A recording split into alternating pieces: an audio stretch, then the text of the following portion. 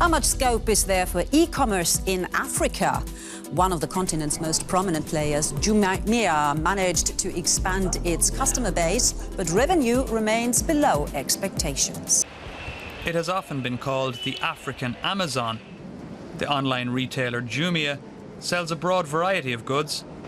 Founded in 2012 and listed on Wall Street in 2019, the company boasts 4.5 million customers in fast-growing markets such as the Nigerian capital Lagos.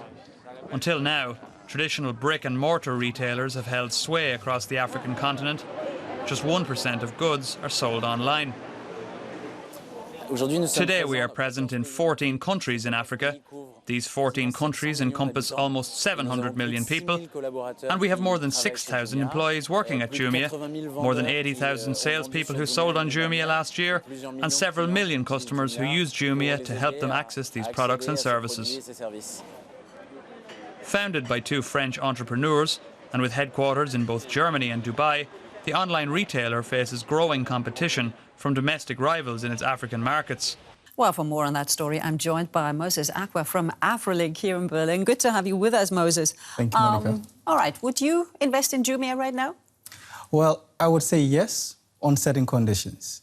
I think that with the way Jumia actually has been able to penetrate into the African market, yes, I would like to invest in it.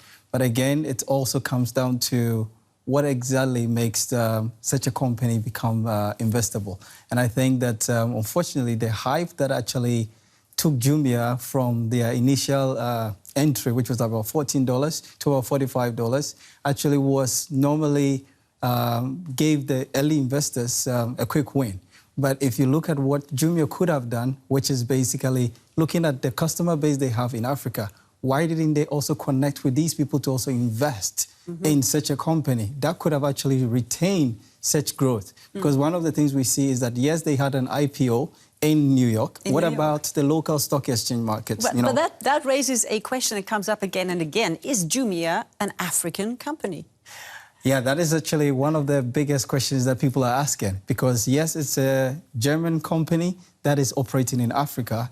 But at the same time, we have to say that, yes, their big market is Africa. So in a way, we cannot say fully that it's an African company, but at the same time, we can say that it is African-focused company. And I think we need to also kind of change the lenses of how we look at Jumia, because it's just like any other company that is trading in Africa.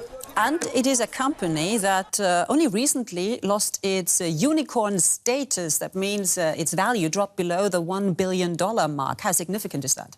It is very significant. And again, it comes down to what I meant by the trust. Because for investors to invest in it, they need to trust that it is actually going to grow, which is also access to being able to be part of that market. If you look at other companies like Apple, people still have access to actually buy into the stock exchange. And what we've seen is that Jumia, even though focusing on African market, the access to actually even get more investors, which are local investors, to come onto this, what they call IPO, was very difficult. So I think that the strategy should be that they should actually build more trust and also build access. And whilst they build that, then definitely they also need to look at profitability. I think that this news of we are actually acquiring more users, but then we are not too profitable, makes people have a mixed feeling. So they need to fix this strategy. I mean, it's good that they are building a user base, but they need to actually have more profit coming in the next quarters. Very sound advice there given from Moses Acquah from Afrolynk. Thank you so much for your time. Thank you so much, Monica.